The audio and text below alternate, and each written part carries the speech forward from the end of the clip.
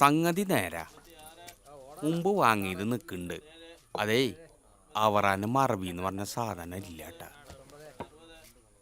എത്ര വേണ്ടി വരും? അതിപ്പോ ഒരു 5 രൂപ അങ്ങോട്ട് തരാം. കണക്കൊക്കെ താൻ വെച്ചോ. മനസ്സിലായ? ഇല്ല.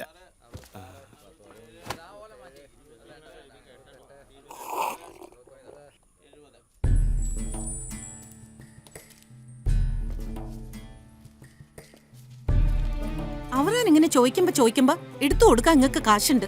ഉണ്ടല്ല. നിന്റെ വാപ്പ ശ്രീധരൻ തന്നതാണ്.